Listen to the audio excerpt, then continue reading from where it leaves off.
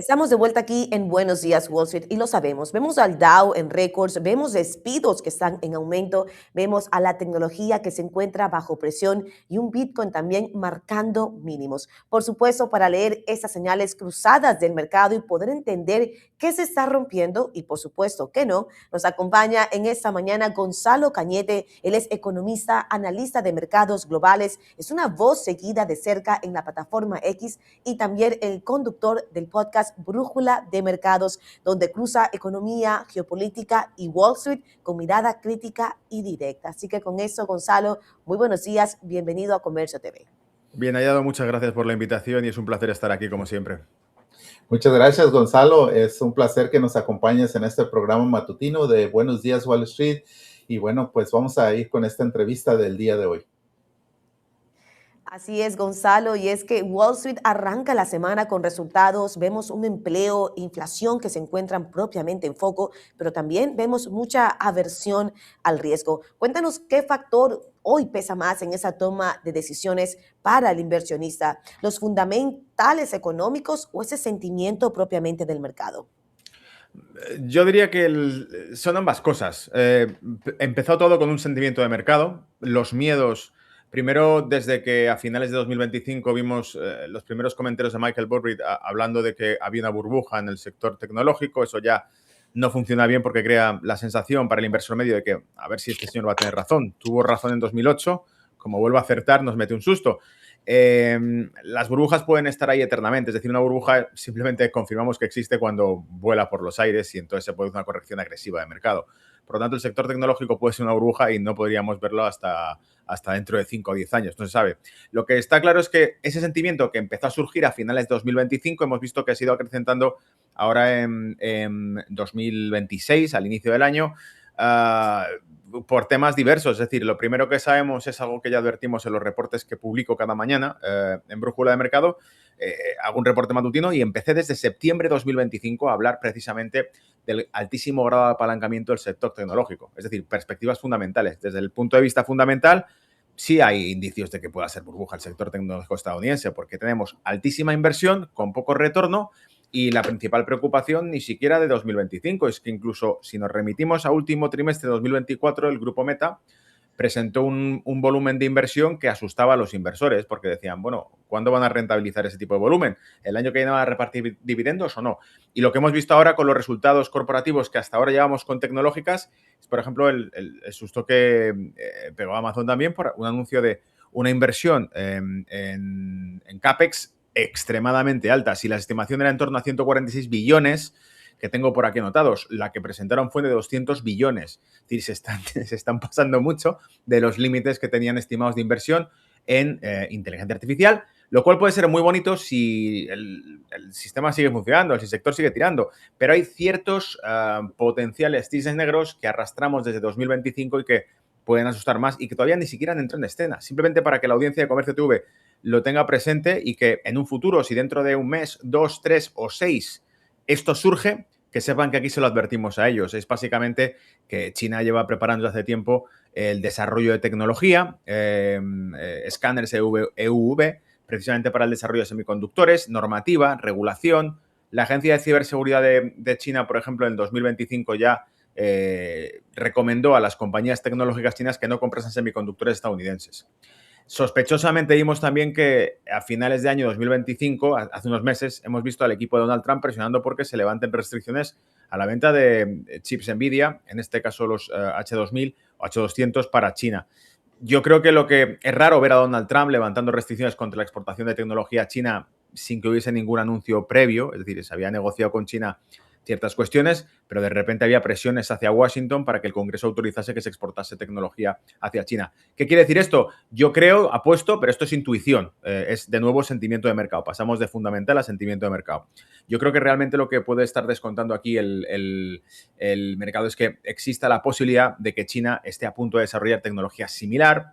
Lo hemos visto, por ejemplo, cuando aparece un factor DeepSeek, inteligencia artificial, plataforma de mucho menor coste, y mete un susto a OpenAI. Pues esto pasa también con el tema del desarrollo de hardware y de microchips y microprocesadores, que exista la posibilidad de que China esté a punto de tener una tecnología similar y por eso ya no le interesa comprar tecnología estadounidense, como han dicho, y el regulador también en China ha aconsejado que aquellas empresas que tengan subvención nacional china no compren microchips estadounidenses, sino que compren la producción nacional. Y por último, para que le demos a la audiencia una prueba de que esto quizás sea cierto, es que incluso los propios analistas del Banco UBS hace semanas, una de las cosas que dijeron fue que consideraban que aquellos que quisiesen invertir en tecnología y sobre todo en inteligencia artificial, quizá la apuesta más interesante podría ser de China, porque la de Estados Unidos estaba ya muy ciclada, es decir, que ya se había vendido y sobrevendido todo lo que se podía, hay mucha expectativa.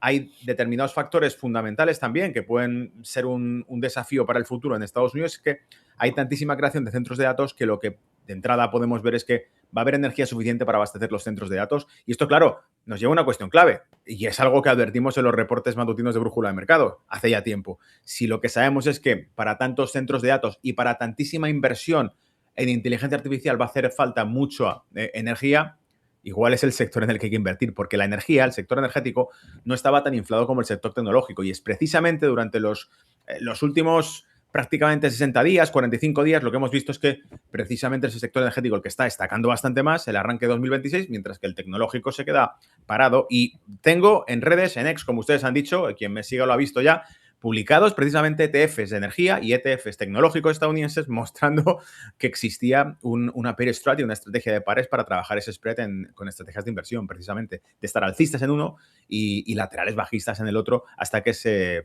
viesen esas correcciones. Qué interesante esto que nos estás contando, Gonzalo.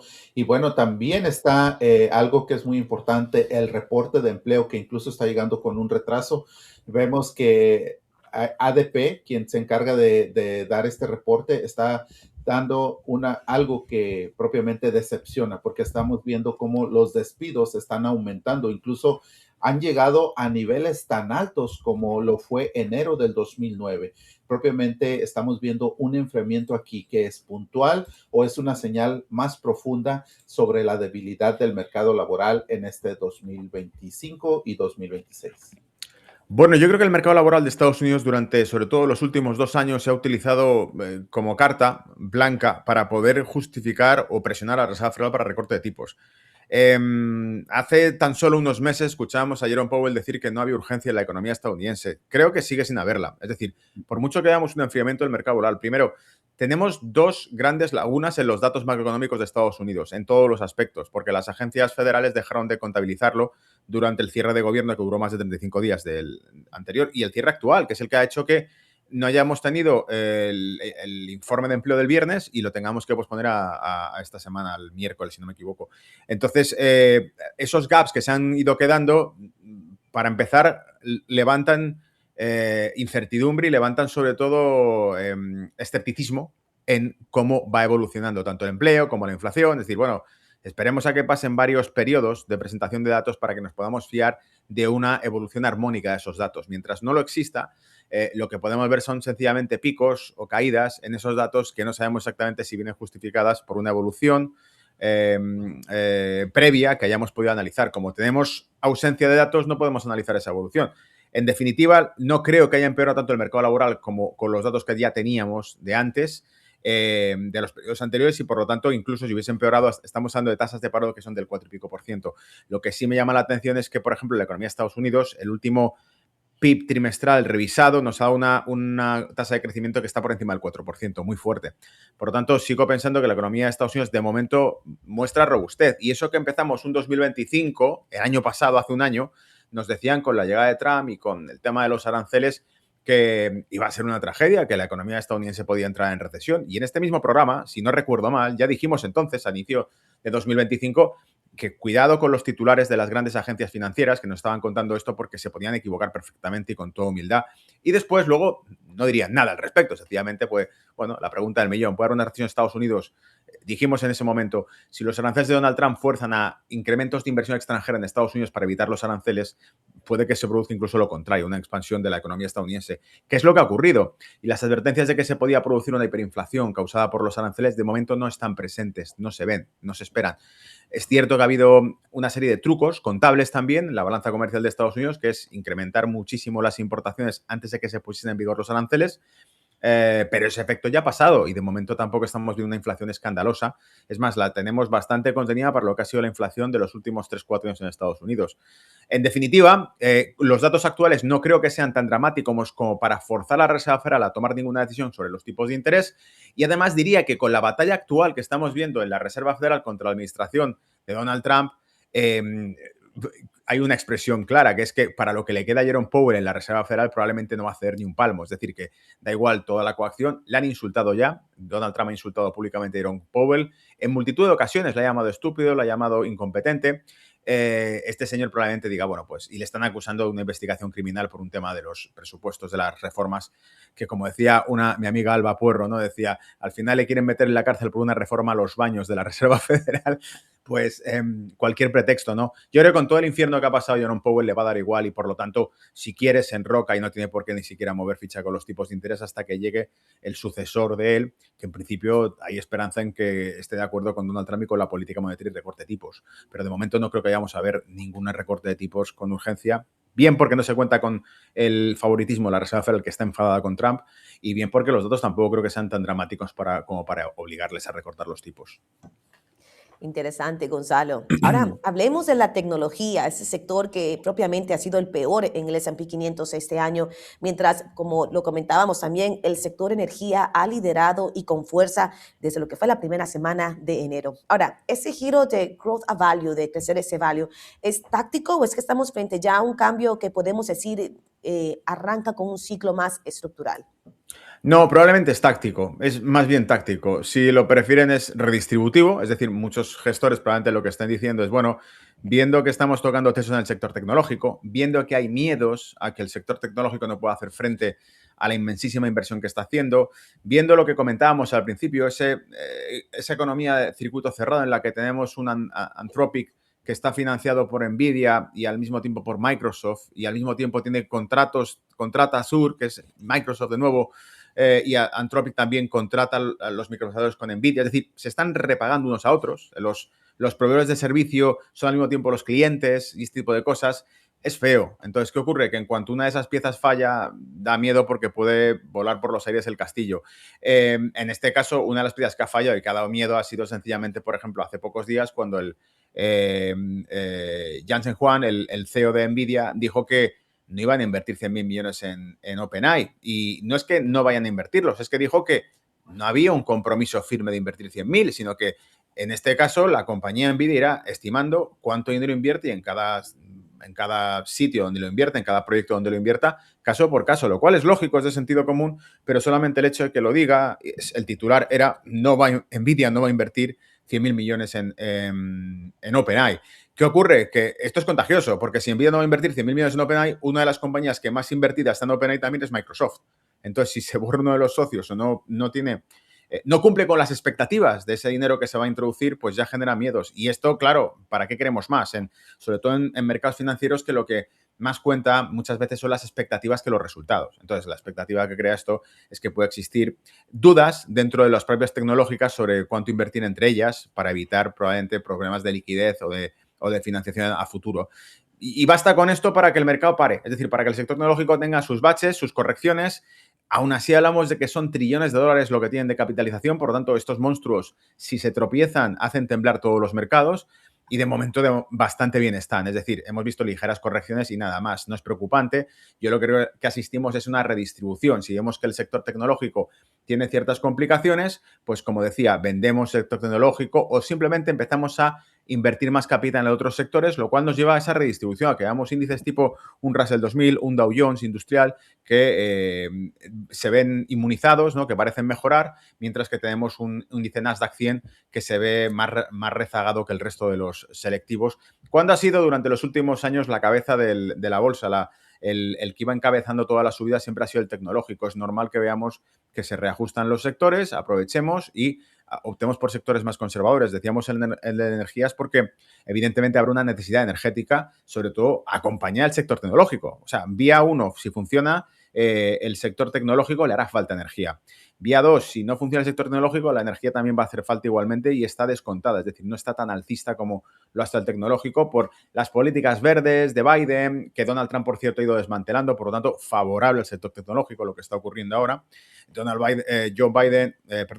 Trump dijo en el Foro Económico Mundial que el cambio climático es una estafa. Por lo tanto, todo el que haya estado invertido en ESG, en políticas climáticas y en este tipo de rollos, evidentemente no le vienen tiempos buenos. Entonces, yo creo que el sector tecnológico, cuando hablamos del sector energético, en Estados Unidos hablamos de ExxonMobil, de Chevron, de las grandes gasísticas y petroleras, llevan 2 años prácticamente en los mismos precios. Por lo tanto, es hora de que aprovechen ahora y les venga un ciclo positivo y tomen fuerza. Y las utilities, por cierto, y con esto finalizo, también están cogiendo bastante fuerza. Es uno de los sectores que ha subido un 8 y pico por ciento durante el último mes. Muestran, evidentemente, yo creo que hacia una economía mucho más realista, más materialista, que es energía, petróleo, materias primas. Es decir, Donald Trump sabe perfectamente la apuesta que tiene, por ejemplo, con la amenaza de tomar Groenlandia va enfocada a minerales y a explotación.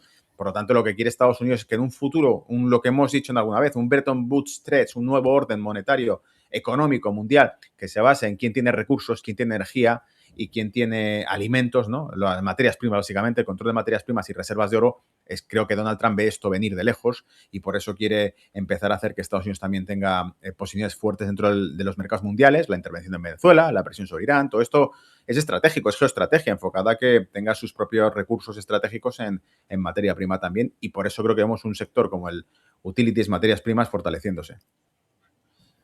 Bueno, Gonzalo, la verdad que es sorprendente todo esto. Incluso hemos visto en esta semana que el mercado en lo que es inteligencia artificial tuvo lo que se conoce como planes de CAPEX gigantes para grandes empresas como lo es Amazon, pero también ha habido ese gran miedo sobre el software.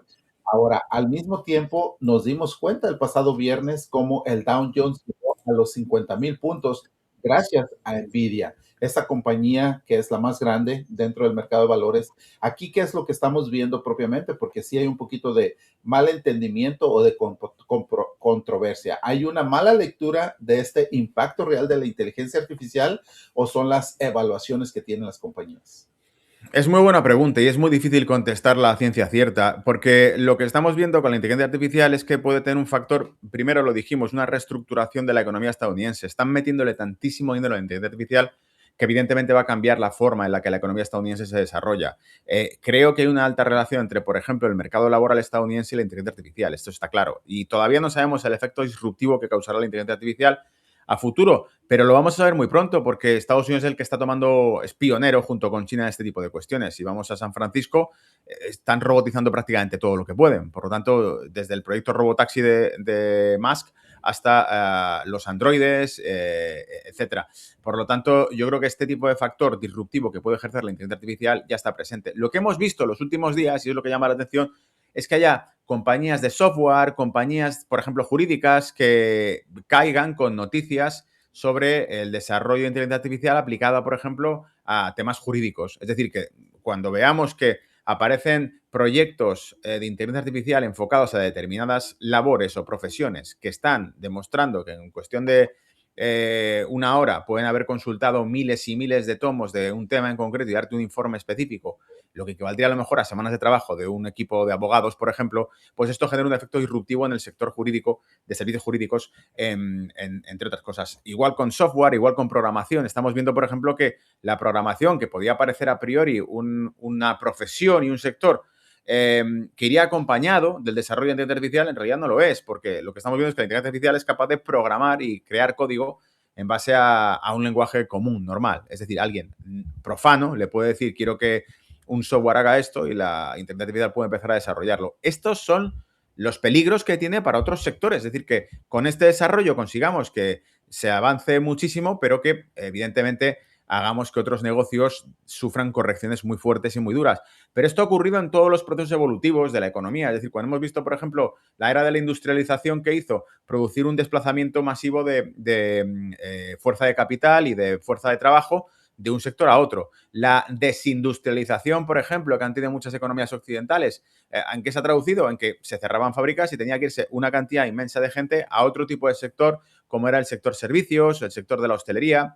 Entonces, lo que veremos probablemente es que en la medida en que la inteligencia artificial se convierte en un elemento disruptivo como lo fue la industrialización, se producirán también movimientos o transiciones en el entorno social, en el entorno humano, en el que la gente perderá trabajo y tendrá que llegarse a otra cosa, y así se irá adaptando.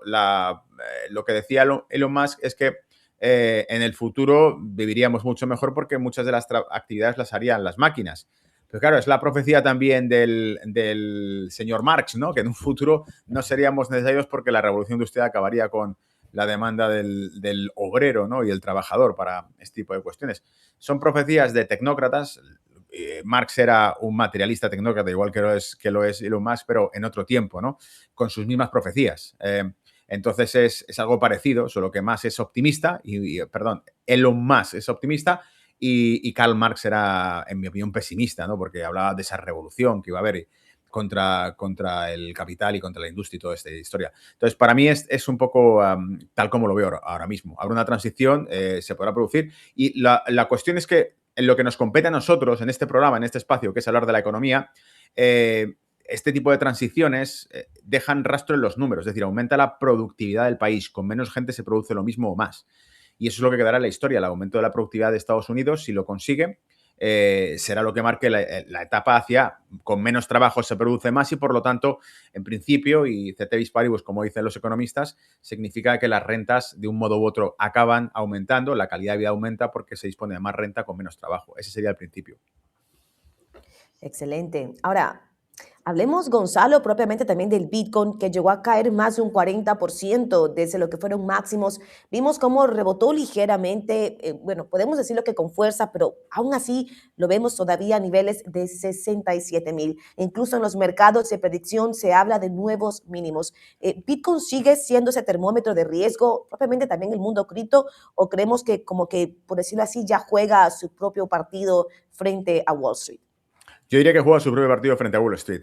Porque, primero, ha habido que me corrija quien me siga y si ha visto algo distinto. Yo hasta la fecha, con los últimos años que llevo siguiendo Bitcoin, solo ha habido un momento en el que Bitcoin ha cumplido su profecía. Su profecía es que era oro digital, es que era una alternativa al depósito de valor y que serviría como refugio, ¿no? Para cuando todo el sistema monetario se tambalease, para cuando el dinero fiduciario, fiat, perdiese su valor, para que los banqueros centrales temblasen, para todo este rollo.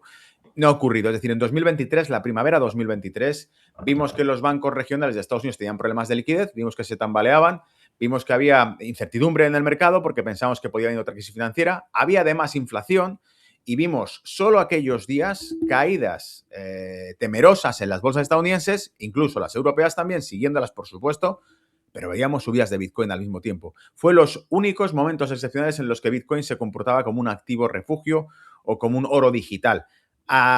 Después de eso, lo que ha ocurrido hasta la fecha es que Bitcoin caía con las bolsas. Bajaban los activos financieros, bajaba el Bitcoin. Subían activos financieros, subía Bitcoin. Por tanto, no era una alternativa a eso, no cumplía con su profecía. Ahora es peor todavía. Ahora hemos visto que Bitcoin ha seguido cayendo con los mercados financieros y los activos financieros en términos generales aguantando. Por lo tanto, estamos ante, como decía, ¿no?, en redes sociales, ¿cuántos entierros llevamos asistidos de Bitcoin? Bitcoin ha perdido una cantidad importantísima de su valor en múltiples ocasiones durante los últimos años en los que parecía que se había perdido todo, es decir, correcciones de más de un 70%, las ha tenido en más de una ocasión y luego ha vuelto a superar máximos históricos. Puede existir esa posibilidad. Lo que también es cierto es que hasta la fecha, esas caídas duras de Bitcoin que hemos visto hasta ahora venían motivadas por algo. La última era la quiebra de FTX, la desaparición de 10 millones de dólares, el miedo a un exchange tan grande como FTX vinculado y donante del Partido Demócrata estadounidense, sus relaciones también con las donaciones de cripto a la guerra de Ucrania, ese tipo de cosas generaron miedo e incertidumbre. E incluso vimos que Binance emitió una serie de recomendaciones para los exchanges, ¿no?, como poniéndose a la cabeza del liderazgo de los exchanges de criptoactivos, etcétera. Ahora no hay ninguna noticia directa, mala, frente al Bitcoin y sigue cayendo y debilitándose. Por lo tanto, es la única vez que estamos viendo que da miedo. Creo que en parte también hubo una subida muy eufórica en 2025 porque Donald Trump era el presidente del Bitcoin.